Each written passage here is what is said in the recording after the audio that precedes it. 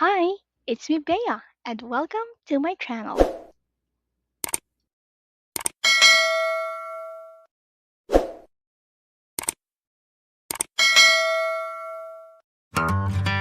Hi guys, good morning! Ang vlog na to ay noong April 28, 2026. So ito ako naglalakad papunta sa dropping center ko sa KM5. Dun sa may entrance building ng BSC. So tara, lakad muna tayo hanggang marating natin yung itong iskinita na yun. Okay, nakalabas na tayo dito sa may iskinita. Hindi na pala na-record yung nag-drop ako. Pero ayan, tapos na naglalakad na ako papunta sa may pedestrian lane at doon tayo mag-cross.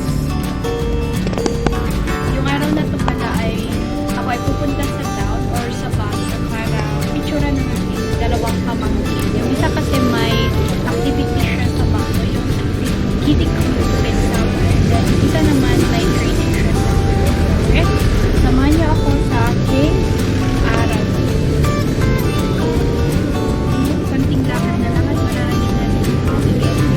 May harap ng church, may bandang security bar.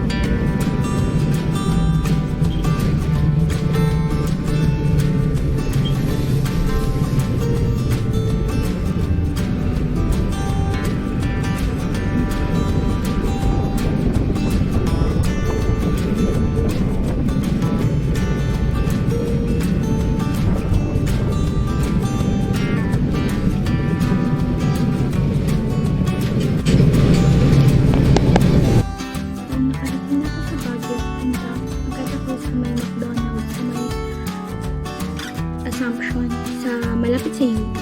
After nun, pumunta agad kami dun sa swimming pool sa may Atletico. Kasama ko yung ate ko. So, nag-jeep kami and then naglalakad na lang kami pababa papunta sa swimming pool. Actually, konti na lang yung clips ko dito kasi mainit at hindi ko na nahanap mag-video. So, ito na lang habang kami ay naglalakad. So, ito pala yung madadaanan before makapunta sa swimming pool. So, yung blue na building na yan yung swimming pool dito sa Baguio. So, after nun, konting lakad-lakad lang. Actually, nagpicture lang ako sa loob. Saglitin lang kami and then umalis din lang kami kasi may pupuntahan pa akong next. So, ito, pabalik na kami ng ate ko.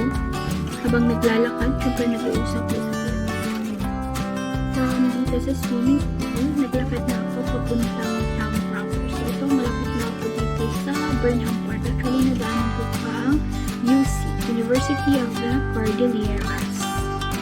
Actually, malapit lang din naman kung open yung Atletico. Kaso, as of now, hindi pa siya open. So, ito tayo tayo maglalakad, and then Burnham na dyan sa may baba. So, of course, pipicture muna ako ng mga daan, and then after that, diretso na ako sa pupuntahan ko. Mimit ko pa kasi yung mga friends ko dito kasi almost every year na lang kami nagkikita. Actually, once a year na kung sinaswerte actually 2 times a year. So, eto, panoorin nyo.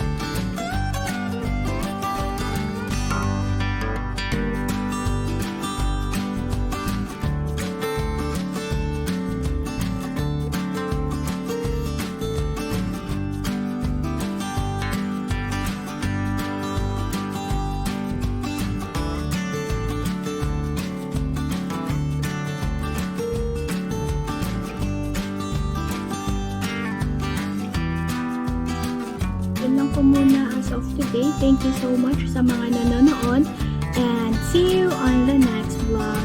Enjoy your day. Bye guys!